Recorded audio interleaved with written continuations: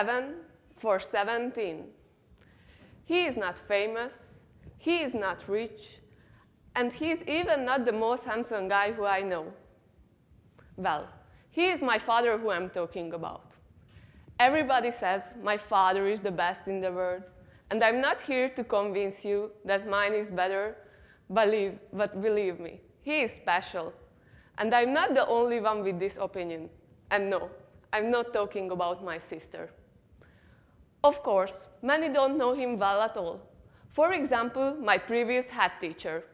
She told 2 of my classmates that we have a Mercedes car because my father is a Russian mafioso who cheats on his taxes.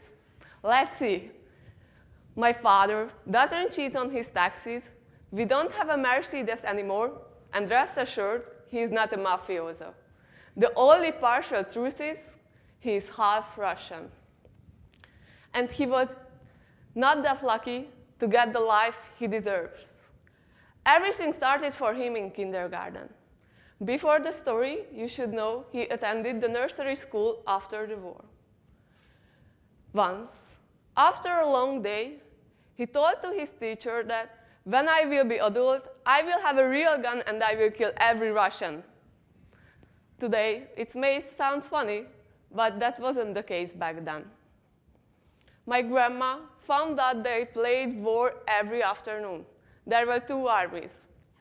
Everybody was on the Russian side except my father, who was on the German side. And this continued when he moved back to Hungary. But this time he was bullied because of his Russian accent. And the hardship kept following around him. He lost the most important and loved person in his life, his father. And that time, he was too young to handle with that situation. If he loved his father, if he loved his father as much as I love mine, it must be a terrible loss. The time went on, and over time his family fell apart. And after a difficult time of being alone, he found Mrs. Wright, my mother. She gave him peace, love, second family, everything my father needed. And this was the most beautiful time of my father's life.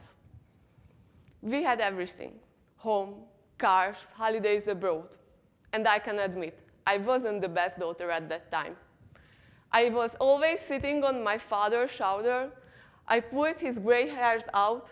Actually, first I caused them, after I pulled them out. And after this wonderful time, he had to suffer again.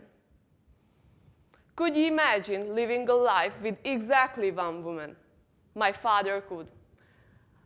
And he didn't just live with her, they lived in love with each other. And I'm not here to, I don't intend to offend anyone here, but it's not that common nowadays. I haven't met anybody like her. She was patient, honest, clever. She raised me and my sister with patience and love. And now, we are alone. She left us 10 months ago taken by cancer. I have to do the housework. My sister has to study alone. And my father has to double love on behalf of my mom. We are crashed, but we are still here helping and holding on to each other.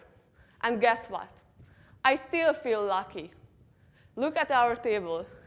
Could you tell we have been through really hard times? Probably not. And do you know what he faces every single day?